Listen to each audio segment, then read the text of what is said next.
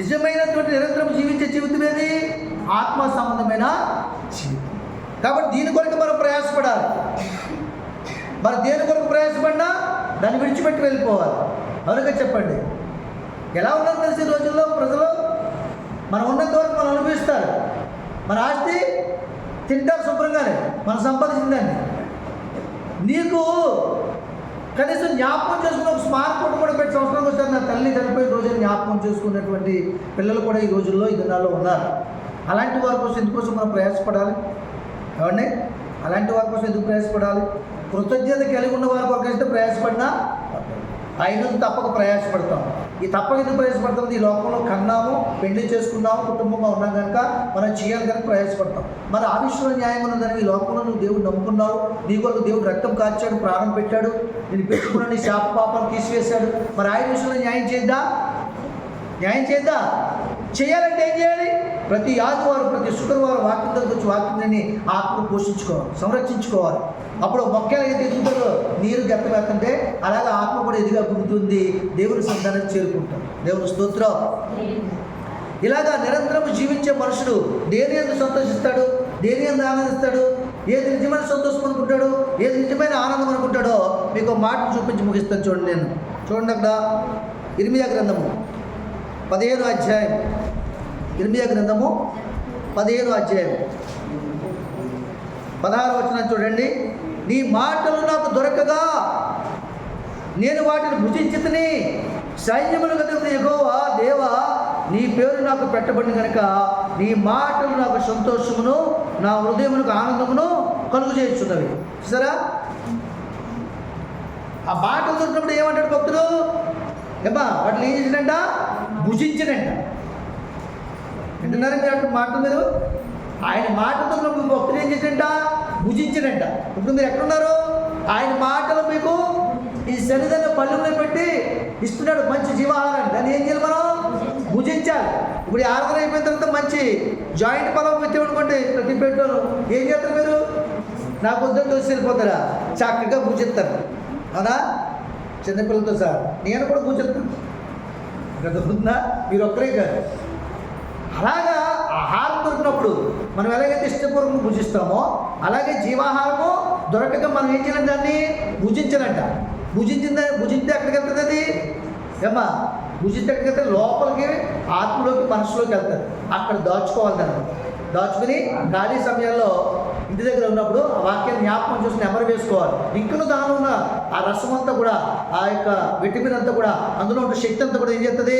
మన ప్రాణంతో పూర్వ శరీరంలోకి వెళ్ళి మన అనారోగ్యాన్ని బాగు చేసి, మన ఆత్మలో ఉన్నటువంటి క్షీణతను తీసివేసి, మన ఆత్మ పట్టుకుని కల్మశాన్ని శుభ్రంగా కట్ చేసి తీసి మనం పరిశుద్ధం ఇచ్చేది. అప్పుడు ఆత్మలో దేవుడు నివాసం చేస్తాడు. దేవుని స్తోత్రం. హల్లెలూయా.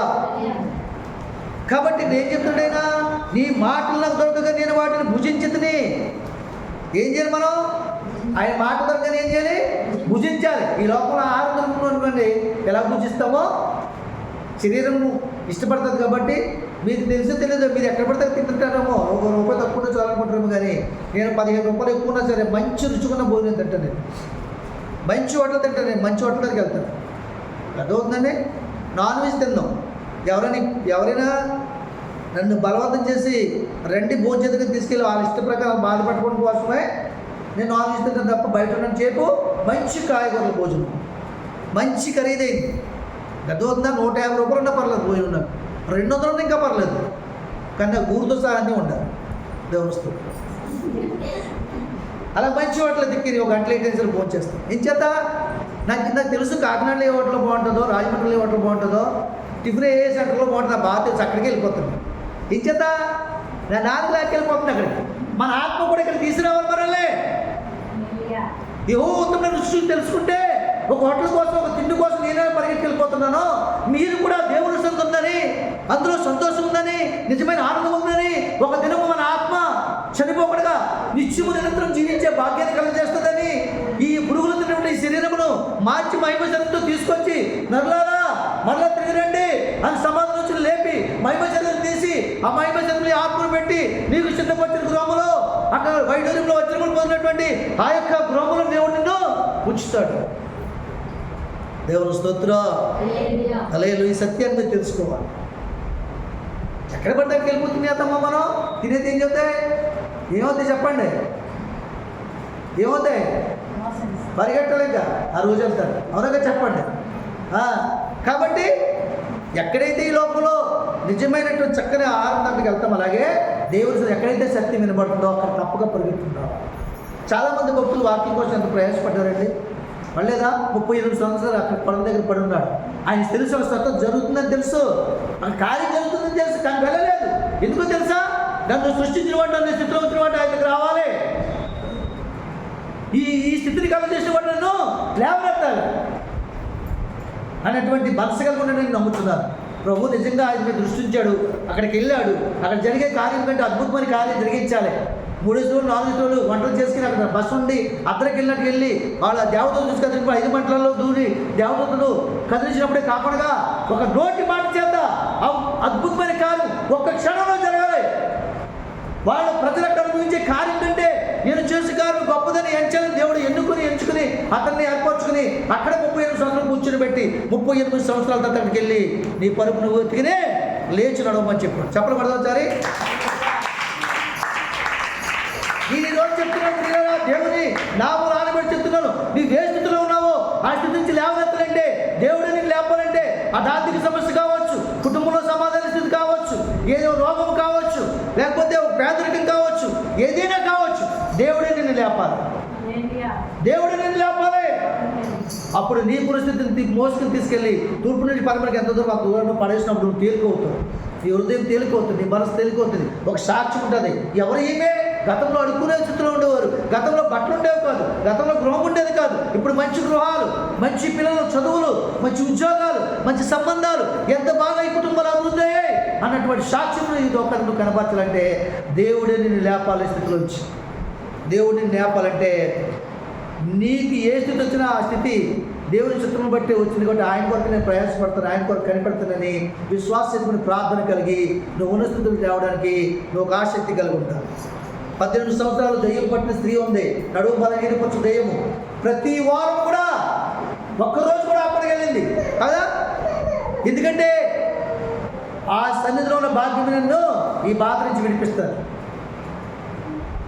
నా నడుమును స్థిరపరుస్తుంది, నా విశ్వాసాన్ని బలపరుస్తుందని విశ్వాసం నడుము కట్టుకుని దట్టు కట్టుకుని ఆమె వెళ్ళడం జరిగింది. ఒకరోజు యేసుప్రభు వారి మందిరానికి వెళ్ళారు. పిలిచాడా లేదా? ఈ బలహీనత తొలగిపోతుందని చెప్పడం లేదా? తొలగిపోయిందా లేదా? ఆ రోజు వెళ్ళలేదనుకో జీవాహారం కోసం ఆమె బ్రతుకుతుందా? జీవిత కాలమంతా దెయ్యము కుదరగొట్టి నడుము గిడుము ఎముకలన్నీ జాయింట్ అన్ని నిలిచేసి శుభ్రంగా ఏ గోతులు పడేసి ఆ గోతులు కూడా చచ్చిపోయే పరిస్థితిని మనం చేస్తాం. అవునగా చెప్పండి. కానీ ఆమె మంచి విశ్వాసంతో 18 సంవత్సరాల ఒక ఆదివారం కూడా 18 సంవత్సరాలకు ఆదివారం అంటే ఇంకా ఆదివారాలు అంటే నెలకు 4 ఆదివారాలు అంటే సంవత్సరానికి ఎన్ని వారాలు? 52 వారాలు. 52 వారాలు అంటే 18 లెక్క ఏంటంటే ఉందా? 18 సంవత్సరాలు ఏమండి ఎంత అవుతుంది? 52 వారాలు ఇంటూ 18 ఇంచుమించు 9,000 వారాలు అవుతుంది. హల్లెలూయా. కనుక దేవుని సన్నిధిలో ఒక్క ఆదివారం కూడా ఆగలేదు. కార్యం పొందుకుందా లేదా? ఆమె ఆత్మ నశించిపోలేదు. అప్పటికి కూడా విశ్వాసంలో బలపడి ఉంది, స్థిరపడి ఉంది. ఆమె బాధను జ్ఞాపకం చేసుకునేది ఎప్పుడు కూడా నా దేవుడు నన్ను జ్ఞాపకం చేసుకునే దేవుడు కాబట్టి ఆయన మందిరాన్ని జ్ఞాపకం చేసుకోవాలి, ఆయన సంతిని జ్ఞాపకం చేసుకోండి, ఆయన సంతులు వినబడే మాటని జ్ఞాపకం చేసుకోవాలని మాట కొరకు ప్రయాసపడింది. లేవనెత్తాడా లేదా? నువ్వు అక్కడే ఉండడానికి ఇష్టపడుతున్నావేమో, ఆ స్థితిలో ఉండడానికి అప్పులతో ఉండడానికి ఇష్టపడుతున్నావేమో, ఆ సమస్యతో బాధపడడానికి ఇష్టపడుతున్నావేమో. కానీ నువ్వు అక్కడి నుంచి లేచి ప్రభు సన్నిధిలో ఆయన కొరకు ప్రయాసపడితే నీ ప్రయాసం అంతా కూడా తీసేసి ప్రయాసపడి భారం మోసుకుని సమస్య మంది వాడారా నా ఎద్దకు రండి, మీరు నేను విశ్రాంతిని కలుగజేస్తాను. ఆయన ఏమంటాడు అక్కడ? నీ మాటలు దొరకగా నేను భుజించితిని నడలేదా? నేను వాటిని భుజించితిని, సైన్యములు అధిపతికి యెహోవా నా దేవా నీ పేరు నాకు పెట్టబడింది. చూసారా? మీ అందరికీ ఏ పేర్లు ఉన్నాయి? దేవుని పేర్లు ఉన్నాయి లేదా? సైన్యముల అధిపతి యెహోవా నీ పేరు నాకు పెట్టబడింది కనుక నువ్వు ఇచ్చి ప్రతి మాటను భుజించున్నానయ్యా. కాబట్టి ఆ మాటలు నాకు ఏం చేస్తున్నాయి తెలుసా? ఏం చేస్తున్నాయి అక్కడ? ఏమా? నీ మాటలు నాకు సంతోషమును నా హృదయకు ఆనందమును కలుగజేస్తున్నాయి. ఏం చేస్తాయంట? నీ మాటలు నాకు సంతోషమును, నా హృదయానికి ఆనందం కలిగజేస్తున్నాయి. ఆనందంతో ఉండాలి. ఏం చేస్తారు చెప్పండి? ఏ పని చేసుకున్నాను ఆనందంగా ఉన్నారనుకోండి, హృదయం ఆనందంగా ఉన్నాను, ఏం చేస్తారమ్మా? ముక్కు పొందే ఆవిడని చెప్తే ఆవిడ చెప్తుంది. ఏం చేస్తారు? పాటలు పాడతారు. ఏం చేస్తారు? ఆనందం ఉన్న పాటలు పాడుకోరా? మీకు మా అనుభవం లేదా? క్రైస్తులైతే స్తోత్రం చెల్లించమని ఏదో వచ్చిన పాటలు పాడుకుంటూ ఆనందంగా సంతోషంగా పనులు చేసుకుంటారు. అవునా కదండి? అవి ఎక్కడి నుంచి వస్తున్నాయి? నీ హృదయంలోంచి వస్తున్నాయి. ఎందుకు వచ్చాయి? ఆ మాటల పాటలు దాచుకున్నావు కనుక ఈరోజు నీకు హృదయం సంతోషంగా బయటకు వచ్చేవి నీ ముఖంలోకి వెలుగుని కనపరుస్తుంది. దేవునికి మహిమ కలుగుగా. ఆయన అంటున్నాడు, ఆయన భక్తులు ఏమంటే నీ మాటలు నా తోటగా నేను భుజించాను, అవి నన్ను సంతోషపరుస్తున్నాయి, నాకు ఆనందం కలిగజేస్తున్నాయి. దేవుని మాటలు ఎవరు హృదయంలో దొరుకుతారో, ఎవరు హృదయంలో చేర్చుకుంటారో, వాటిని ఎవరైతే భద్రం చేసుకుంటారో, భద్రపరుచుకుంటారో వారు ఎప్పుడు సంతోషంగా ఉంటారు. పక్క మనం చనిపోయారని, బంధువులు చనిపోయారని, లేదా భర్త చనిపోయారని ఏడవ వాళ్ళు చనిపోయాడంటే ఏం చేయాలి మనం? ఇప్పుడు నేను చనిపోయాను అనుకోండి, పాస్టర్ గారు ఏం చేయాలి? ఈ సంఘం నడుస్తారు బాబా అని అడాలా? ఏమండి ఏం చేయాలి చెప్పండి? నాకంటే ముందుకు నీ దోషను పిలుచుకున్నావయ్యా, ఈ లోక సంబంధం శ్రమ నుంచి విడిపించావు రాజా, పరదేశంలో నెమ్మది ఉంచుతున్నావు. ఇప్పటికే నేను అన్నాల నుంచి కష్టపడుతున్నాను 45 సంవత్సరాల నుంచి, ఈ రోజుకి నెమ్మదిచ్చావు నాయన, నాకంటే ధర్మం కలిగిన తండ్రి. అయినను నువ్వు అప్పగించిన పని నేను విడిచిపెట్టను, నీ దోషణ పక్షంగా నీ పక్షంగా ఆయన సమృద్ధిగా, ధైర్యంగా, సంతోషంగా. ఇది మరణం అని అనుకోక నిద్రపోయాడు కాబట్టి ఒక దినము నేనే లేపుతాను వచ్చి. మన మరణం ఎలాంటిది? దేవుడిని ఎరిగిన వరకు మరణం మనమే, ఇంకా అందులోంచి లేవని వాళ్ళు. కానీ దేవుడిని ఎరిగిన వరకు నిద్ర అయింది. మరణం నిద్రతో పోల్చాడు దేవుడు. నిద్రపోయిన పిల్లలు పొద్దులు ఎగుతారు లేరా బాబోయ్, రాత్రి నా పిల్లలు నిద్రపోరు బాబు, పొద్దులు ఎగుతారు లేరా బాబోయ్ అని చెప్తారు తల్లి పొద్దులేసి. ఆ లెక్క ముందే టిఫిన్ గిఫ్ను ఫ్రూట్స్ గీడ్స్, అవునా, స్కూల్ బ్యాగ్స్, మంచి బట్టలు వేసుకుని బట్టలు, నీ వేడి నీళ్ళు తాను చిన్నపిల్లలకి, అవునా, ఇంత పరిస్థితి ఎంత పడుతుందా? ఎందుకు? నా పిల్లలు ఇప్పుడు లెగుస్తారు, వాళ్ళకి కావాల్సిన సిద్ధపరచాలి, వాళ్ళు తిరిగి స్కూల్కి వెళ్ళాలి. ఎంత గొప్ప నిరీక్షణ. అలాగే మనకి మరణం ఏంటి? నిద్రతో సమానం. ఎవరు చనిపోయిన నా దగ్గరికి వస్తారు, మనం కలుసుకుంటాం, అక్కడ కూడా దేవుని చిత్తం జరిగి దేవుని స్థుతిస్తాం, ఆనందిస్తాం. ఇంకా దేనికి బాధపడాలి మనం? ఏమండి? కాబట్టి ఒక మనిషి చనిపోయినంత మాత్రం దేవుని పని ఆగకూడదు, ఆత్మ నశించుకోదు. కాబట్టి ఎవరి గురించి ఆడవద్దు. చనిపోయిన వారి గురించి మీరు ఆడవద్దు చెప్పట్లేదైనా ఇర్మియా గ్రంథంలో? చనిపోయిన వారి గురించి మీరు ఆడవద్దు, అంగలార్చండి. మరి ఆత్మ దేవుని సందర్శి చేరులాగా మీరు ప్రార్థన చేయండి. దేవునికి మహిమ కలుగుదా. ఆయన అంటున్నాడు, ఆయన మాటలు భుజించాను నేను, అవి నా హృదయానికి సంతోషమును ఆనందమును కలుగు చేస్తుంది. ఒకటి లోకం బట్టి ఆనందిస్తుంది అనుకోండి, లోకాన్ని బట్టి ఆనందిస్తాడు. దేవుని మాటలు బట్టి ఆనందిస్తాడు అనుకోండి, దేవుని మాటలు బట్టి ఆనందిస్తాడు. ఇందులో కొందరు ఇప్పుడు పొలం ఊడుస్తారు అనుకోండి, 3 ఎకరాలు మనమాట. ఆ 3 ఎకరాలు కలిసి 30 బత్తలు పడింది, 120 బత్తలు పడ్డాయి. అప్పుడు ఏం చేస్తారు వాళ్ళు? బాధపడతారు. ఎందుకని? ముందు ఊడ్చిన 5 సంవత్సరాలు 40 బత్తలు చెప్పుడు పడింది కాబట్టి. అవును కదండి? ఇప్పుడు దుఃఖపడతారు వాళ్ళు. అదే నిరీక్షణ కలిగిన వాడు అయితే ఏం చేస్తాడు? ఇందులో ఏదో లోపం ఉంది, దేవుని చిత్తాన్ని జరిగించలేదని చాలాసార్లు ఆలోచనకి ఎగ్గొట్టేశారు. ఊడ్చినప్పుడు దేవుని చిత్తాన్ని జరిగించలేదు, కూర్చేటప్పుడు ప్రార్థన చేసుకోలేదు. కాబట్టి ఈ యొక్క ధాన్యం అంతా ఏమైపోయింది? భూమి మీద రాలిపోయింది. పండింది పండడం, కోసే సమయానికి రాలిపోయింది అని అనుకుంటారు. అప్పుడు కూడా ముందిచ్చిన పంట వాళ్ళు సంతోషిస్తారు. అదే నిరీక్షణ లేనాడు విశ్వాసి అవిశ్వాసి అయితే ఏమవుతాడు? దుఃఖపడిపోయి ఎండిన డబ్బా తెచ్చుకుంటాడు. అవునగా చెప్పండి. ఈ సిత్తాలు కట్టాలి, ఈ 30 బత్తాలు సిత్తికే రాదు. అవును కదండి? అలా బాధపడ్డా ఏమైనా చేసుకుంటాడు అవిశ్వాసి. విశ్వాసి ధైర్యంగా నీతిమంతుడు పరిపోయినను దిగుతున్న వాక్యం జ్ఞాపకం చేసుకుంది, దైవచిత్తాన్ని జరిగించి నెక్స్ట్ మళ్ళీ క్రమంలోకి వచ్చి అధికమైన లాభాన్ని పొందుకుంటాడు. దేవుని స్తోత్రం. మీకు అర్థమవడానికి మాత్రమే మాట చెప్తున్నాను. ఏం చెప్తాయంటే ఆ మాటలు గురించి ఏం చెప్తున్నాయి? మీకు ఒక మాట చెప్తున్నాను. పాయసం తిన్నారనుకోండి, మీరు పాయసం తిన్నారనుకోండి, అది ఎలా ఉంటుంది తోటి చెప్పండి? రుచిగా ఎంతమంది గొప్ప పెట్టింది అనుకుంటాం అనుకోమా? అనుకోరు ఎవరన్నా ఇది అసలు ఏం కలుగుతుంది అసలు అనుకుంటారు అనుకోరు. ఇంకో పప్పు ఇస్తే బాగుంది. అవును కదండి? ఎందుకు? మంచి రుచిగా ఉంది కాబట్టి. అలాగే దేవుని సందర్భంలో దేవుని మాట మన ఆత్మకి అంత రుచికరంగా ఉంటుంది. అవి ఏం చేస్తే ఎప్పుడు మనకు సంతోషమును ఆనందమును కలగజేస్తాయి. సంతోషమును ఆనందమును కలగజేస్తాయి. దేవుని మాటలు హృదయం నిల్చున్న ఎడలా, వాటిని నింపుకునే ఎడలా, వాళ్ళు భుజించిన ఎడలా నీ బిడ్డల కొరకు అంగరాచి ప్రార్థన చేస్తాను. వాళ్ళు సంతోషకరమైన మనసు ఇస్తారు. దేవుడు వాళ్ళని ఎప్పుడు బాధపడతారు. అర్థమవుతుందా? అవసరమైన బిడ్డలు దేవుడి సన్నిధిలో కూర్చోబెట్టుకుని ప్రార్థన చేస్తాం. చేయి పట్టుకుని సన్నిధిని నడిపిస్తాం.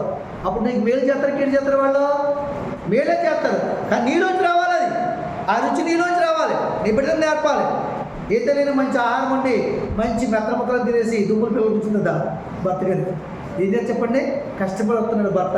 అతను కష్టపడకపోతే మనకు ఆహారము ప్రాణి రాదని మంచి పిల్లలకి భర్త తీసి పాపం ఆ పులుసు ఆ దుమ్ములు ఆవిడ తింటాడు. అవును కదండి? ఇంచేత పిల్లలకి మంచి ఆహారము పెట్టాలి, భర్తకు మంచి ఆహారం పెట్టాలి. ఒక్కో భర్తలు ఉండనుకోండి, వీళ్ళ గురించి ఆలోచన దాకట్టుకుని పోతారు. దేవుని స్తోత్రం. డాడీ ఉండండి, అజయ్ బాగండి, మీరు నా పని ఏమవుతుంది అంటాడు. అలాంటి వాళ్ళు ఎవరో అవిశ్వాసం, వ్యసన పనులు, బాధ్యత లేని వాళ్ళు, పిల్లల్ని భార్యని ప్రేమించిన వాళ్ళు. అవునుగా చెప్పండి, అలాంటి వాళ్ళు లేదంటారా? ఉన్నారు ఈ ప్రపంచం మీద. ప్రేమించే వాళ్ళు ఉన్నారు, ద్వేషించే వాళ్ళు ఉన్నారు, మొత్తం దాకంట పట్టుకుని తీరేసే వాళ్ళు ఉన్నారు, ఒక ముక్క తిరిగి ఏంటంటే పిల్లలకి భార్యకి ఉంచిన వాళ్ళు కూడా ఉన్నారు. కాబట్టి దేవుని సన్నిధానంలో మనం ఏం చేయాలి? యెహోవా ఉత్తమ రుచి రుచి ఎరగాలి. అప్పుడు మాటలు మనకి ఏం చేస్తాయి? సంతోషమును ఆనందమును కలుగు చేయొచ్చు. నీ జీవితంలో ఈరోజు నువ్వు సంతోషంగా లేవంటే దానికి గల కారణం ఏంటి? నీ హృదయంలో వాక్యము లేదు. క్రైస్తవుడు అయింది సంతోషించట్లేదు, నీకు సంతోషం లేదు, ఆనందం లేదు, ఎప్పుడు దుఃఖము, నిట్టూర్పు, ఆవేదన ఇవన్నీ ఎందుకున్నాయంటే నీ హృదయంలో ఏమి లేదు? వాక్యము లేదు. దీపం గుడ్లో నూనె ఉంటే దీపం వెలుగుతుంది, దానికోసం చెప్పండి మీరు. చెప్పండి అమ్మాయి, వెలుగుతుంది. ఎందుకంటే నూనె ఉంది, సరైన వస్తుంది. వెలిగించడానికి అగ్గిపెట్టి ఉంచేస్తారు. వెలిగించంటే చాలా సేపు వెలుగుతుంది. కొన్ని దీపాలు అయితే ఏం చేస్తుంది తెలుసా? దాన్ని ఫుల్గా నూనె పోస్తే, దాని సామర్థ్యం కొద్ది నూనె పోతే తెల్లారిన దీపాలు ఆరు, మనమే ఆర్పాలి తిరిగి. మనకే చెప్పండి. ఆ దీపంలో నూనె లేదనుకో, దీపం గుడ్లో ఏమైపోద్ది? మధ్యరాత్రి ఆగిపోయి దెయ్యంలో నువ్వే కనపడుతుంది. దేవుని స్తోత్రం. కాబట్టి దేవుని సందర్భంలో ఏముండాలి మనకి? మన హృదయం వెలిగించబడాలంటే, ఆనందంగా ఉండాలంటే హృదయంలో వాక్యం ఉండాలి. వాక్యాన్ని బట్టి సంతోషించాలి. వాక్యం నిన్ను ఆనందింపచేస్తుంది, వాక్యం నిన్ను బలపరుస్తుంది. ఒకరోజు మార్త మరియలు చాలా బాధలో ఉన్నారు. అన్నదమ్ముడు చనిపోయాడు, తమ్ముడు చనిపోయాడు కదా. రాజు చాలా వేదనలు ఉన్నారు. 3 రోజులు ప్రభు లేడు, అంతకుముందు ఉన్నాడు. ప్రభు ఉంటే బ్రతుకునుకున్నారు. అవిశ్వాసంతో కొంత నిరీక్షణ లేక జీవిస్తున్నారు. ఒకరోజు యేసు ప్రభు వచ్చారు. వచ్చిన తర్వాత ఎదురెళ్ళి ఏడుస్తున్నారు, అంగలాస్తున్నారు. రాజు ఎక్కడ ఉన్నారని చెప్పి సమాధానం పదండి అన్నాడు ప్రభు. వీళ్ళందరూ వెళ్ళారు, శాస్త్రులు వెళ్ళారు, పరిస్థితులు వెళ్ళారు, మార్త మరి వెళ్ళారు. వెళ్ళిన తర్వాత ఆయన అంటున్నాడు సమాధానం వెళ్ళి, లాజరు బయటికి రా అన్నాడా లేదా? వచ్చాడా? నేను రాను అంటాడు. చెప్పండి, వచ్చాడు. ఎలా వచ్చాడు? ప్రేత వస్త్రంలో ధరించుకుని సజీవుడేసి రక్తంలో కడగబడి ఆయన ఆత్మ శరీరం కలిసి బయటికి వచ్చాడా లేదా? వచ్చాడండి. దేవుని మాట బ్రతికించండి లేదా? అప్పుడు మార్త జీవితంలో ఎంత సంతోషము, మరి జీవితంలో ఎంత సంతోషము కదా. ఒక తల్లి ఆధారం లేక ఒక కుమారుడు చనిపోయాడు, పాడిగట్టి తీసుకెళ్తారు నాయన అనే ఊరిలో. ప్రభు చూశాడు వాళ్ళ జీవితాన్ని. ఆధారం లేదని వెళ్ళి ఏం చేసినా ఆయన వెళ్ళి పాట ముట్టాడు. వాళ్ళు లేచి నిలబడ్డాడా లేదా? ఆ తల్లికి ఆనందం లేదా? సంతోషం కదా. ఎందుకంటే మనల్ని ప్రభు చూడాలంటే ప్రభు మాటలు మన హృదయంలో చూడాలి. మన సమస్యను ప్రభు పరిశీలించాలంటే మన హృదయాన్ని చూడాలంటే ఆయన హృదయం మన హృదయము ఆయన చూసినట్లుగా ఉండాలి. ఆయన దృష్టి మన హృదయం మీద ఉండాలి, మన మనసు మీద ఉండాలి, మన ఆత్మీయ శుద్ధి మీద ఉండాలి, మన కుటుంబం మీద ఉండాలి. నువ్వు ఎవరి దృష్టి తిరుగో వారి దేని మనసు గల వాళ్ళు అవుతారని చెప్తున్నాడు దేవుని వాక్యం. ప్రభువా నీ దృష్టి నా మీద ఉంచుతాను, నీ కలుచూపు తక్కువని వస్తాను, నీ నీడలో నేను బ్రతకాలనుకుంటున్నానని ఒక మంచి ప్రార్థన ప్రతిరోజు చేసుకోవాలి. ఈరోజు నేను బ్రతుకున్నట్టు నీ కృప నీ కనికరించాను. మరలా నీ ప్రేమను వెల్లడి చేసామని తెల్లవారుజామున మొదలుపెడతాను. నీ ప్రేమను నువ్వే వెల్లడి చేసావు మా పట్ల, లేకపోతే మేము బ్రతకలేము. ఆయన మరొకసారి చూపించాడు ప్రేమని, కాబట్టి బ్రతుకున్నాం. కానీ ఈ బ్రతుకు నిజమైన బ్రతుకు కాదు, ఇది కొంతవరకే. నిజమైన బ్రతుకు ఉంది కదా, ఆ బ్రతుకు గురించి మాట్లాడుకున్నాం కదా, దాని కొరకు ప్రయాసపడాలి, దాని కొరకే జీవించాలి. నిరంతరం జీవించవలసిన ఎవరంటే నిజంగా దేవుని నమ్ముకున్న మనమే. ఈ లోకంలో మరణించిన పరలోకంలో మనకి నరకంలో మన మరణము లేదు. సజీవుడేసి రక్తంలో కలుగుబడి నిత్యము జీవించే భాగ్యం దేవుడు మనకి ఇచ్చాడు. ఈ భాగ్యం కొందరికి లేదు ప్రపంచంలో. వాళ్ళు మనకంటే గొప్పవారు అవ్వచ్చు, ఐశ్వర్యవంతులు అవ్వచ్చు, అధికారంలో వాళ్ళు కావచ్చు, పదవుల్లో వాళ్ళు కావచ్చు, కానీ వాళ్ళకి లేదు మనకు ఉంది ఏంటంటే రక్షణ. అప్పుడు కూడా దేవుడు మనకి వాళ్ళకి ఏంటి మనకి ఉన్నది ఏంటంటే మనకి అక్షయమైన రాజ్యం ఉంది, అక్షయమైన ధనం ఉంది మనకి. వాళ్ళకి క్షయమైపోయేది ఉంది, పాడైపోయింది. వాళ్ళకి లేనిది మనకు ఉంటుంది. కాబట్టి దేవుని సందర్భంలో దేవుని వాక్యము విని హృదయంలో పెట్టుకునే వారికి, రుచి చూచిన వారికి, ప్రతి ఆదివారం వచ్చి దేవుని మాటలు హృదయంలో చేర్చుకునే వారికి వారు నిత్యము సంతోషం ఉంటారు, నిత్యము ఆనందం ఉంటారు. నేనేం చెప్తాను చెప్పండి? గొప్పగా నేను చెప్పుకోవట్లేదు, నేను ఎప్పుడు ఎలా ఉంటానని చెప్తాను మీకు. ఎప్పుడు సంతోషంగా ఉంటాను, ఆనందం ఉంటాను. ఏమండి దేవుడి సందులో వాక్యం చెప్పినప్పుడు, వర్షం చేసినప్పుడు కదా తప్ప కన్నీరు బయట ఎక్కడైనా మీరు ఏడవడం నేను చూశానని ఎవరైనా ఒక సాక్ష్యం ఇస్తే వాళ్ళకి మంచి శారీ కొంటాను క్రిస్మస్కి, లేకపోతే మీరు అందరికీ అర్థం చూడుకోండి దేవుడు. ఏమండి కాబట్టి దేవుని సంధానంలో మరి ఇప్పుడు సంతోషం.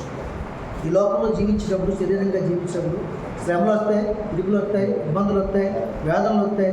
కానీ వాటి అన్నింటినీ తప్పించే దేవుడు మనకు కలిగి ఉన్నాం కనుక మనం ఇప్పుడు సంతోషంగా ఉంటాం. నువ్వు ఏడ్చావా, నీ ఏడుపును బలహీనంగా తీసుకుంటే అపవాది ఇంక నువ్వు ఏడిపిస్తాడు, ఇంక నువ్వు దుఃఖపడతాడు.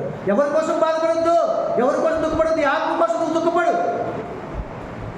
ఎవరినో సరిచేయాలని ప్రయత్నం చేయక నిన్ను నువ్వు సరి చేసుకోముందు అప్పుడు ప్రయత్నం చేయి. ఆ ప్రయత్నం దేవుడు సఫలం చేస్తాడు. లేకపోతే వాళ్ళే మనకు విమర్శిస్తారు. ముందు నువ్వు సరి చేసుకో, ముందు నువ్వు మార్చుకో, అప్పుడు నాకు చెప్పాడు అవును కదా. కాబట్టి జీవితకాలం మట్టుకి మన ఆత్మను సిద్ధపరచుకోవాలి, మన ఆత్మను కాపాడుకోవాలి. వాడేలా కొడుకు ఎలా ఉన్నాడు, కూతురు ఎలా ఉంది, ఎలా ఉందని చెప్పావు, వినలేదు. కానీ నీ ఆత్మ మాత్రం కినింపు చేసుకో. నీ ఆత్మ చాలా విలువైంది. అది దేవుని ఊపిరి, దేవుని ఆత్మ, దేవుని ప్రాణము. ఆయన సొత్తది తిరిగి ఆయనకు అప్పగించాలి. నమ్మకమైన సృష్టికర్త నీ ఆత్మనే అప్పగించాలి. మొన్ననేది మనుగు చేరుతుంది, ఆత్మతో దయచేసి దేవుని ఎదుకే వెళ్ళిపో. కాబట్టి వెళ్ళిపోతే మామూలుగా వెళ్దాం. ఏం చేయాలి? మార్గంలో ప్రయాణించి నేనే మార్గమును సత్యమును జీవమును ఏంటనని ఆయన మార్గంలోకి వచ్చాక సత్యమును అనుసరించాలి. ఆ సత్యం సర్వసత్యం అనిపిస్తుంది. సర్వసత్యమే పరలోక రాజ్యం. దేవునికి భయం కలుగుగా. కాబట్టి ఈ ఆత్మ ఎప్పుడు కూడా సమృద్ధిగా ఉండాలంటే, సంతోషంగా ఉండాలంటే, ఈ ఆత్మ ఎప్పుడు కూడా నిజమైన సంతోషం ఆనందం అనుభవించాలంటే ఎల్లప్పుడూ దేవుని వాక్యము నువ్వు భుజించాలి. తినకుండా కానీ తింటట్టుకుండగానే కుటుంబంలో భార్యాభర్తలు ఇద్దరు బాగా తినేతులు తెచ్చింది, పిల్లలు పెట్టదనుకుంటే విడిపోతారు.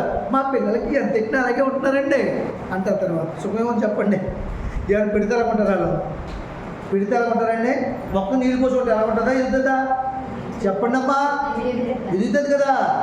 అలాగే తిండి పెట్టి పిల్లలు వాళ్ళ శరీరం బాడీ రూపం కనపడదా, ఆర్టిస్ట్ రూపం ఎలా ఉంటుందో, రోజు గెలిచి తగ్గించిన పోతే కనుకుంటుంది, అంతా తెలుస్తుంది. అవును.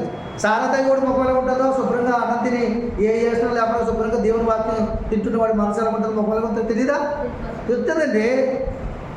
కాబట్టి దేవుని సందులో మనం ఎప్పుడు కూడా ఆయన మాటలు సంతోషం ఇస్తాయి, ఆనందాన్ని ఇస్తాయి, నిత్య జీవాన్ని ఇస్తాయి, నిత్యానందాన్ని ఇస్తాయి.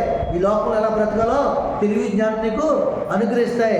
నీ కొరకు నువ్వు బ్రతుకు, నీ ఆత్మని దేవునికి అప్పగించుకో. ఇతరుల కొరకు ఇతర జీవితాలు నీ మనసులో తెచ్చుకుని నువ్వు క్షీణించిపోవడం, నీ ప్రార్థనా జీవితం కోల్పోవడం, నీ సంతోషం కోల్పోవడం అది అన్నిటికీ మంచిది కాదు. నీ భావబంధాలు ఎంతవరకు చెప్పండి, మనం ఉన్నంత వరకే. ఆ తర్వాత ఎలా పోతారో మనకి ఏం తెలుస్తుందా? వాళ్ళు ఎలా పోతున్నారో, ఎవరితో పోతున్నారో, ఎక్కడ జీవిస్తున్నారో, ఎక్కడ తాగుతున్నారో, ఎక్కడ కొట్టుకుని ఎక్కడ నరుకున్నారో మనకు తెలుస్తుందా? తెలియదండి. తెలియని దానికోసం ఎందుకు ప్రోకలాడడం, తెలిసిన దానికోసం ప్రోకలాడడం. మనకు తెలిసిందేంటి, మనకు తెలియదేంటి, ఎప్పుడు ఏం జరుగుతుందో తెలియదు. మనకు తెలిసిందేంటి, ఎప్పుడు ఏం జరిగినా దేవుని రాజ్యానికి వెళ్ళిపోతాం సంగతి తెలుసా తెలియదండి? తెలుసు. దానికోసం ప్రయాసపడాలి, దానికోసం జీవించాలి. దానికోసమే మన సమస్త ఆత్మ సంబంధమైన విశ్వాసాన్ని, నిరీక్షణ కూడా దేవుని సందులో పెట్టుకుని వాక్యం విని తృప్తి పొందుకుంటాం. ఆయన మాట ఉన్నప్పుడు ఏం కాదు, సంతోషమో భుజించాలి. వాటి నిర్లక్ష్యంగా వినకూడదు. దేవుని సందులో దేవుని మాటలు లక్ష్యంగా ఉండాలి. దేవుని చిత్తాన్ని జరిగించాలి. అప్పుడే దేవుని ఉద్దేశం జరిగించబడుతాం. ఆ రాజ్యానికి వారసులు అవుతాం. దేవుడి మాటలు దీవించిన గాక.